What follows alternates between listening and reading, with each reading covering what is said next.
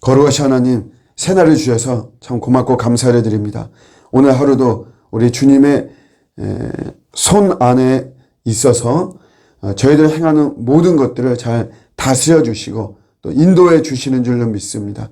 듣는 마음을 더 풍성하게 열어주셔서 하나님의 음성 잘 들을 수 있도록 도와주옵시고, 그런 속에서 우리의 삶에 하늘문이 열리고 또 악한 귀신들이 떠나가고 오히려 성령과 말씀이 정말 임하는 복된 우리 인생과 오늘 하루가 되게 하여 주시옵소서. 연약한 자들이 향한 시선이 늘 참 풍성하게 있기를 원하고 또 때를 따라서 저희도 참 돕고 섬기는 이런 능력도 임하게 도우시고, 아무쪼록 힘든 이런 시대를 살아가고 있는데 서로 위로하고 또 섬기고 끌어주고 밀어주는 그런 저희 공동체와 또 우리의 인간관계가 되도록 은혜를 베풀어 주시옵소서. 감사드리고 예수님의 이름으로 기도드립니다.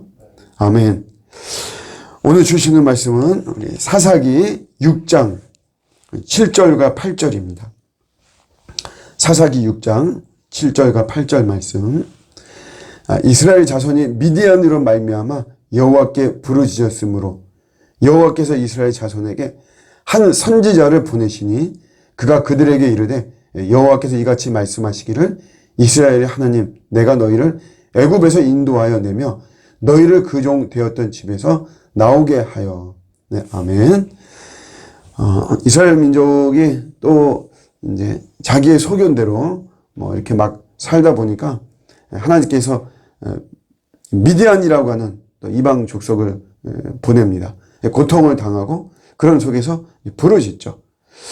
부르짖고 이제 하나님의 또 이제 은혜가 임하는데, 이제 전체적으로는 기드온 사사에 대한 이야기입니다. 사사 기드온. 그런데 좀 독특한 게, 이렇게 부르짖으니까 보통은 사사를 세워주시죠.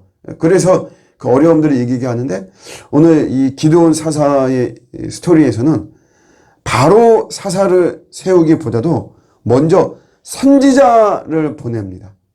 그래서 한 선지자를 보낸다. 하나님의 말씀을 대언하게 하죠. 우리 팀켈러는 설교 한 편을 줬다, 이렇게도 표현합니다. 이 설교의 결론이 뭐냐면 10절 마지막에 나와 있지만 내 목소리를 듣지 않았다 이거죠. 하나님의, 너희들이 이렇게 계속해서 반복해서 죄악을 저지르고 하는 이유는 뭐냐면 하나님의 목소리, 하나님의 말씀을 듣지 않았다는 거죠. 그러니까 뭐 지금 힘들다고 해서 살려달라고 이렇게 이야기를 하고 살려줄 수 있지만 그냥 이렇게 살려준다는 건 사실 의미가 없다는 거죠. 또 죄를 짓고 왜 이런 어려움을 당했는지를 이런 선지자를 통해서 먼저 알려주시는 거죠. 그게 하나님의 말씀을 듣지 않았다라는 것입니다. 오늘 이 시대가 보면은 하나님의 말씀을 참 더 듣지 않는 이런 시대가 되었습니다. 그런 게 굉장히 사실 염려가 되죠. 어떻게 보면 말씀의 질은 그냥 그 수준으로만 따지면 예전에 비해서는 굉장히 높아졌죠. 저희 목회자들만 하더라도 제가 처음에 사역을 시작할 때만 해도 주석이라든가 번역서가 이렇게 풍성하지 않았어요. 근데 요즘은 굉장히 뭐 주석도 다양한 주석이 많이 나오고, 이거는 정말 성경을 한 권, 뭐 말하자면 사사기면 사사기라고 하는 이 본문을 주석하는 책을 번역하는데 한 5천만 원 정도 든다 그래요. 그 출판사에서. 그런데 사실 뭐 사사기 한 권 번역하기 위해서 5천만 원씩 판권을 내서 구입하고 할 수 있는 출판사가 사실은 많지 않거든요. 성경 66권이면 사실 뭐 금액이 어마어마한 건데, 그런데도 불구하고 굉장히 많이 나왔습니다. 그러니까 그런 것만 보더라도 우리가 설교의 어떤 질은 예전에 비해서는 높아졌다라고 할 수 있는데, 그런데 그 말씀을 듣지 못하게 하는 이런 이제 시대가 되었죠. 말씀을 귀하게 여기고 말씀을 소중히 여기고 무엇보다도 말씀의 힘을 믿고 이래야 되는데 우리가 참 그러지 못하는 이런 시대가 되었습니다. 우리 조지 오웰의 1984에 보면 통제사회를 걱정하죠.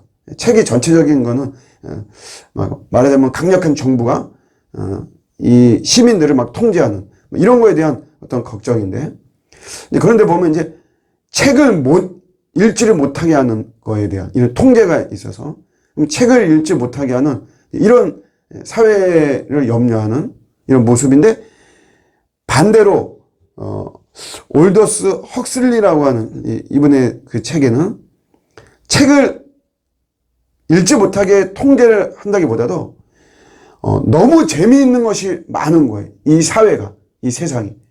그래서 너무 재미있는 것이 많아서 사람들이 스스로 책에서 멀어지게 하는 이런 사회에 대한 염려를 하는 거죠. 사실은 반대죠.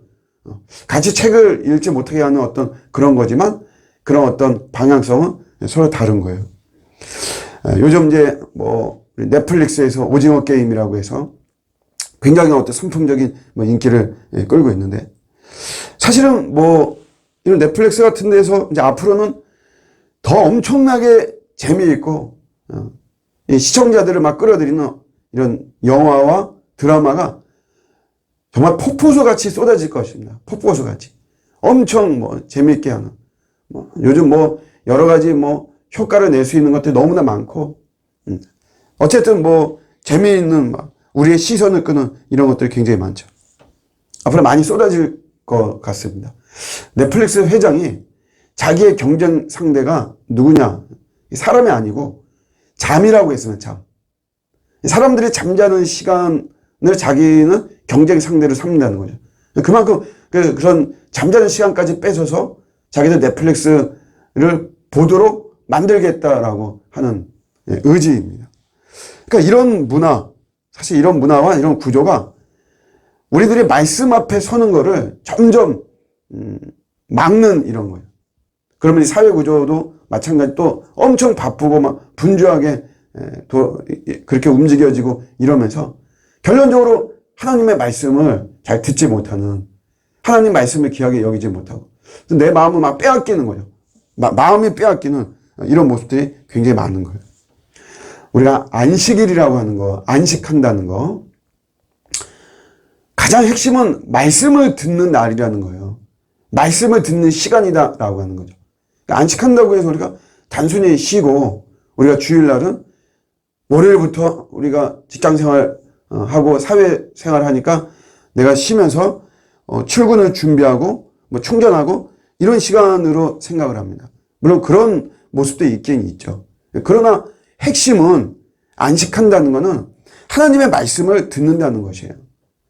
그래서 모든 것을 스톱하는 거죠. 모든 걸 스톱하고 내 영혼이 하나님 앞에 서는 거죠. 말씀을 들으면서 내가 조율하는 거죠. 조율. 내 영혼이 그동안 막 찌들고 지저분해지고 이런 것들, 그런 것들을 내가 말씀을 들으면서 하나님 앞에서 내 영혼과 우리의 인생을 재조정하고 조율하고, 그래서 이 안식은 뭔가를 막 나한테 채우는 시간이 아닙니다. 정확히 말하면 오히려 비우는 거죠. 내 욕망과 내 탐욕과 내가 너무 헛된데 내 시간과 에너지를 썼구나, 이런 거를 말씀을 통해서 그 거울이죠. 그러면서 나의 부질없는 것들을 내가 버리는 거죠. 걱정이든 근심이든 염려든 내 부질없는 것을 버리고 새로운 것으로 우리 성령으로, 새로운 것으로, 주님이 주시는 마음으로 새롭게 채우는 것이 그게 안식인 것입니다.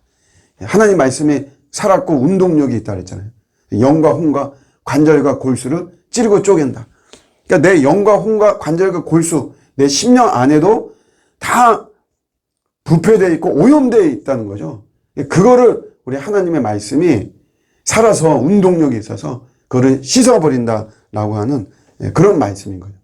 오늘 시대, 말씀을 듣지 못하게 만드는 이런 시대. 여러분들이 말씀을 듣고 또 하루를 시작하고 하는 건 참 귀하고 소중한 이런 일입니다. 항상 우리가 말씀 듣는 거를 더 사모하고, 어떻게 하든지 나한테 내가 말씀의 꼴을 먹고 말씀의 양식을 먹고 말씀 앞에서 나를 돌아보고, 너무 중요한 거죠. 오늘도 이 한 선지자를 보내서 이스라엘의 이런 범죄함, 그 원인은 다른 것이 아니고 너희들이 하나님의 말씀을 듣지 않아서 그렇게 된 것이다. 우리의 삶을 한번 돌아보면서 하나님 말씀을 귀하게 여기고 말씀의 힘을 더 믿고 말씀의 능력을 믿고 말씀 앞에서 더 소생하고 회복되고 부흥되는 이런 귀한 역사가 일어나는 오늘 하루가 되기를 주님의 이름으로 축복합니다. 아멘.